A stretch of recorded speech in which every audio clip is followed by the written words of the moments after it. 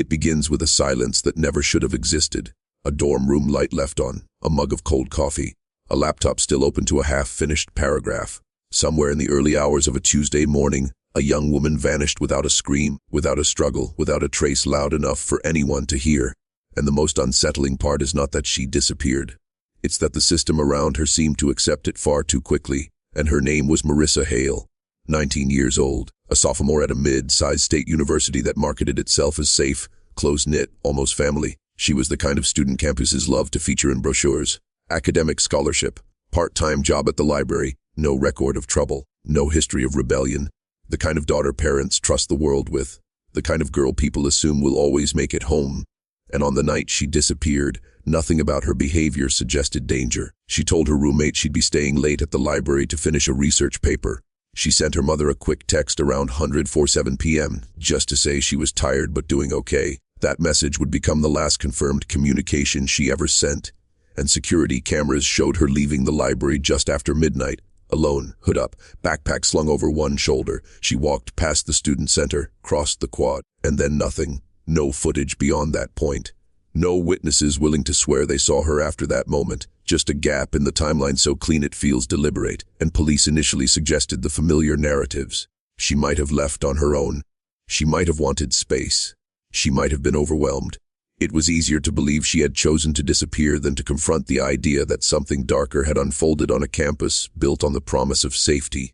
But families feel things the world cannot measure. Her mother said later that she woke up around 20:15 a.m. that night with a sudden, unshakable dread. No phone call, no noise, just the certainty that something had gone wrong. People like to dismiss that kind of intuition. They call it coincidence. They call it grief speaking backward through time. But when you listen closely to enough of these stories, a pattern begins to form, a quiet thread connecting moments no one wanted to take seriously. And what happened to Marissa Hale is not just a story about a missing student.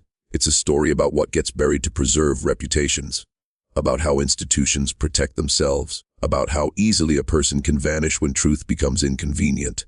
And once you begin pulling at this thread, you start to realize this case was never as simple as it looked. And by the time morning came, her absence had already begun to be explained away. Her roommate assumed she had crashed at a friend's place. Her professors marked her absent but not alarmed. In a world trained to ignore small disruptions, Marissa's disappearance slipped quietly between the cracks for nearly 12 hours before anyone treated it as an emergency. 12 hours is an eternity when truth is trying to survive, and when the report was finally filed, the response was slow and procedural. A form, a checklist, a tone that suggested inconvenience more than urgency. Campus officials issued a short, carefully worded email to students, a wellness concern, they called it. No mention of danger, no call for vigilance. Just a soft, sanitized message that allowed everyone to keep walking to class without fear, without questions, without discomfort. And her parents drove through the night when they heard. By the time they arrived, her room had already been entered. Her belongings had been secured. Her bed neatly made, her shelves untouched, her laundry basket still half full. Her mother noticed something small, something no one else had thought to document. Marissa's favorite necklace, the one she wore every day since middle school, was missing. It was never found, and searches began the way they always do. Volunteers, flyers, dogs, local news coverage that felt sympathetic but distant, as though tragedy belonged to someone else's neighborhood. Students posted her photo on social media with captions full of hope. Bring her home, we're praying. But hope, when stretched too thin, begins to sound like denial, and behind the scenes, something more unsettling was happening. Leads that didn't go anywhere, tips that were logged and quietly dismissed. A report from a campus maintenance worker who claimed he saw a figure standing near the older dormitories around 1 a.m., watching the paths. That tip was filed under, or confirmed. A student who called in anonymously saying Marissa had been arguing with someone weeks earlier. That tip was never followed up with urgency. And it wasn't that people didn't care. It was that caring would have required disruption. It would have meant acknowledging that the campus might not be safe, that the carefully constructed image of security and community could be fractured. Institutions, like families, often choose comfort over truth, and when they do, the cost is paid by the missing. And as days passed, the story began to cool in the public eye. News trucks packed up, social media posts slowed. The world moved forward with an almost cruel efficiency. But Marissa's parents stayed. They walked the campus every morning. They studied every tree line, every shadowed corner, every stretch of sidewalk that cameras didn't reach. They were not looking for spectacle.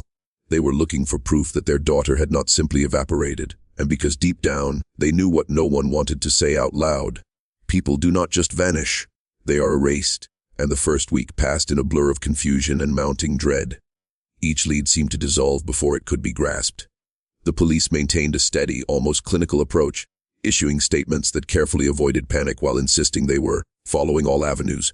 But the truth, buried beneath protocols and bureaucracy, moved slower than any timeline printed on paper. It crept in whispers, in the quiet corners of the library where Marissa had last been seen, in the shadowed paths that the campus lights failed to reach. And friends spoke of her in hushed tones, as though mentioning her too loudly might somehow summon the reality they were desperate to deny. She was just gone, one roommate murmured. Another friend remembered the way Marissa had lingered by the library stacks that night, lingering over her books as if time itself might bend for her.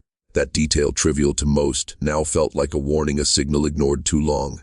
And then came the inconsistencies. Small things almost imperceptible if you weren't looking closely. A cafeteria worker who said Marissa had waved to someone who didn't exist in any university directory. A janitor who swore he heard muffled footsteps in the hallway after hours, though every camera showed the corridors empty. These fragments didn't make sense individually. Together, they hinted at a reality that no one wanted to articulate, that someone had been watching, waiting, knowing that she would be alone, vulnerable. And by the second week, the official investigation was ramping up. Detectives reviewed footage, interviewed students, and examined every inch of the campus perimeter. Nothing concrete appeared, yet there was a growing sense, among those who dared whisper the truth, that the disappearance wasn't random. Randomness implies chaos. What happened to Marissa suggested intention, precision, planning, an erasure that left no fingerprints, no struggle, and no explanation. And her parents, meanwhile, were unraveling in ways the world rarely records. Sleep became impossible. Meals were forgotten. Their conversations slipped from hope to theory, to suspicion, to a quiet terror that seemed to seep into every thought.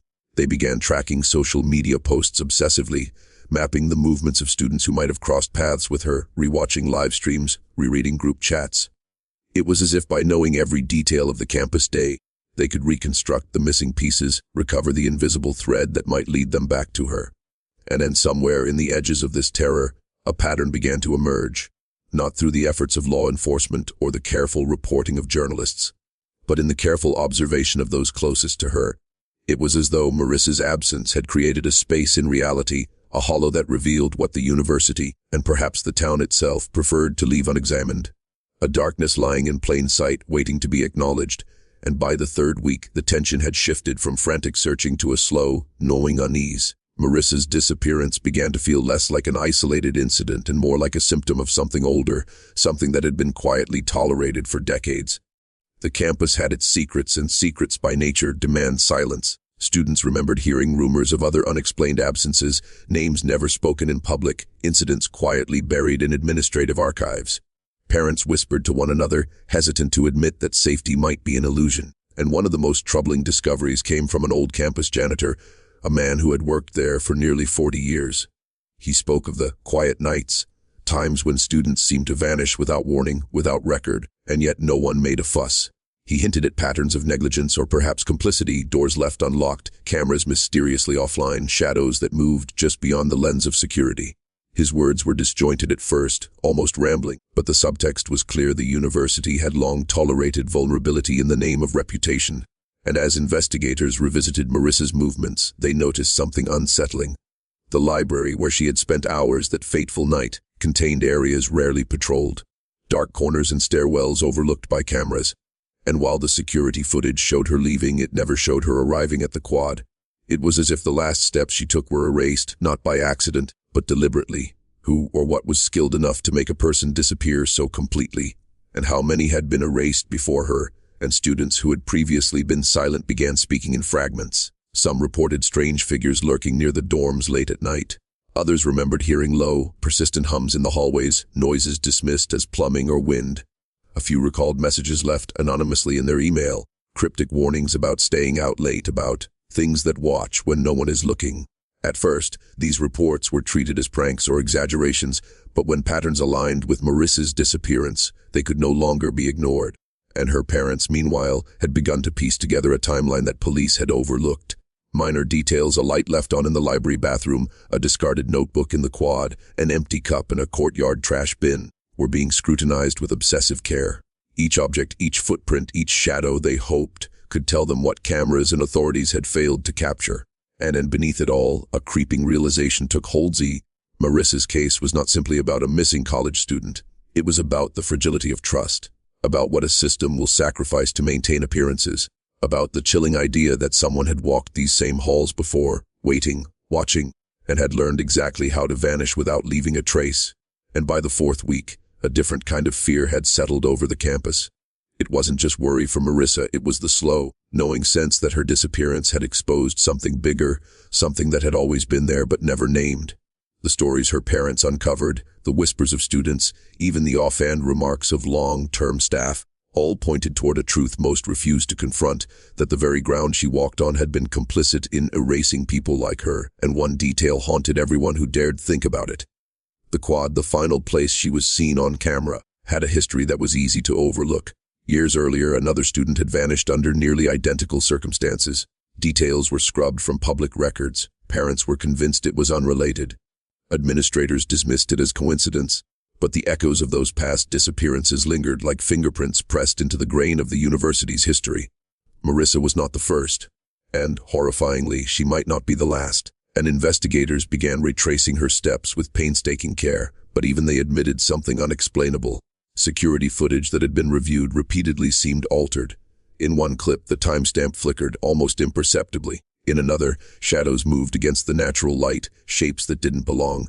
Every attempt to follow her path beyond the library ended in darkness, and the few students who reported seeing figures in the dormitory halls spoke in hushed, tremulous tones. It was like they were waiting. One student said, "I don't even think they were human."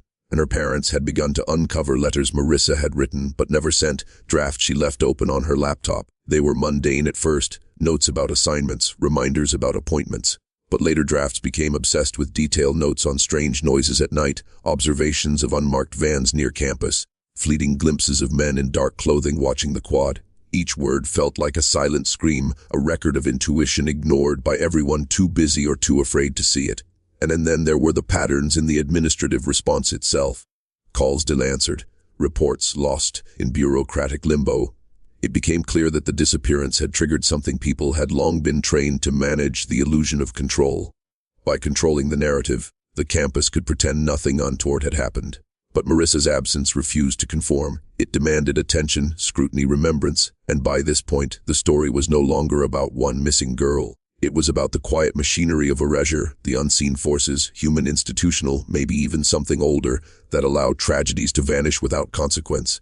And as her parents and the investigators dug deeper, they began to feel it, a presence that was patient, intelligent, and always one step ahead, watching not just Marissa, but anyone who dared to look too closely at what had been buried.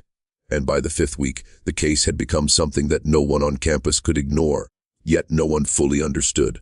The missing posters hung faded in the library and dorm lobbies, reminders of a girl whose presence had already begun to feel spectral. Students whispered in corners, sharing half-remembered glimpses, rumors, warnings. Everyone knew someone had seen something, or thought they had, but no one would speak openly. Fear had settled like dust, heavy and choking in every hallway and stairwell, and one of the strangest developments came from the local police. A report surfaced of a call made from a payphone just off campus around 20:03 a.m. the night Marissa vanished. The voice on the other end was untraceable, static, laced, and the only words discernible were, "She will not be found." The line went dead immediately afterward. Authorities considered it a prank at first, but when compared with the timeline of her disappearance, it became clear that whoever, or whatever, was behind this knew exactly how the investigation would unfold, knew exactly how to leave no trail. And students began reporting an almost imperceptible tension in the air. A figure glimpsed in the corner of a stairwell. Doors that should have been locked found open. Shadows stretching too long under flickering lights. Some swore the quad itself felt wrong after nightfall, as if the space Marissa had crossed had been marked, claimed. And then there were the small, unsettling traces she had left behind: a notebook under a bench with pages ripped out, her coffee cup turned upside down in the library trash, footprints that ended abruptly near the old maintenance shed. And her parents, desperate for answers, took to documenting everything themselves. They retraced her steps hour by hour. They examined the tiniest inconsistencies in the official report. They compiled every whispered rumor into a chronology, and in doing so, They began to understand what the authorities either could not or would not admit. Marissa had stumbled into a space where the ordinary rules of safety, of reality, no longer applied. And someone or something had seized that moment with cold precision. And if you're still watching, you're already braver than most. Tell us in the comments, what would you have done if this was your bloodline? Think about that. Think about the quiet horror of realizing that even in a place meant to protect, your child, your sister, your friend could simply vanish. And here is where the true darkness begins to settle in. It isn't about being lost in a forest or taken by strangers. It's about disappearing in plain sight. It's about walls and cameras and people all around you, and still no one sees. And when that happens, when the machinery of oversight itself becomes a tool for concealment, there is no way to fight it. There is only observation, only memory, only the desperate, haunting hope that what has been hidden can one day be revealed. And by the 6th week, the unease that had settled over the campus transformed into a kind of collective paranoia. Students no longer walked the paths they once took for granted. Even in daylight, the quad felt hostile, as though the shadows themselves had learned to move differently, to linger longer. Professors whispered about cautionary tales, while parents stayed glued to their phones, waiting for any scrap of information that could explain the unexplainable. And the deeper investigators dug, the more they uncovered hints of a hidden network of oversight, one that had existed for decades. Reports of missing students, quietly suppressed. Security footage mysteriously unavailable. Staff instructed to avoid unnecessary concern. At first glance, these records seemed like clerical errors. Taken together, they painted a far darker picture, a pattern of erasure deliberately maintained, a system that allowed young people to vanish while preserving the illusion of safety. And Marissa's personal effects, meticulously catalogued by her parents, told a story that the official investigation had overlooked. A crumpled note in her notebook referenced someone following her. A smudge on the back of a library chair hinted at a brief, perhaps violent struggle. Nothing overt, nothing that could be easily cited, but enough to suggest that her disappearance was no accident. These small fragments were the only clues that remained, tiny threads leading back to the moment someone decided she should not be found. And then there were the reports of sightings. People who insisted they glimpsed her on campus days after her disappearance, walking past buildings in silence, eyes vacant. At first, authorities dismissed them as delusion or grief, fueled hallucination. But the sheer number of independent accounts created a troubling consistency. There was a presence, either Marissa herself somehow surviving, or something taking her form, moving quietly among the living, reminding those who noticed that the disappearance had never been complete. And her parents began to compile these fragments into a narrative only they could understand. Every overlooked tip, every suppressed report, every shadow glimpsed out of the corner of a witness's eye formed a chilling mosaic. And as they pieced it together, one horrifying truth emerged: this was not merely a random crime. It was a system of concealment, maintained across generations, one that had been waiting for someone like Marissa, vulnerable, trusting, young, to step into its path.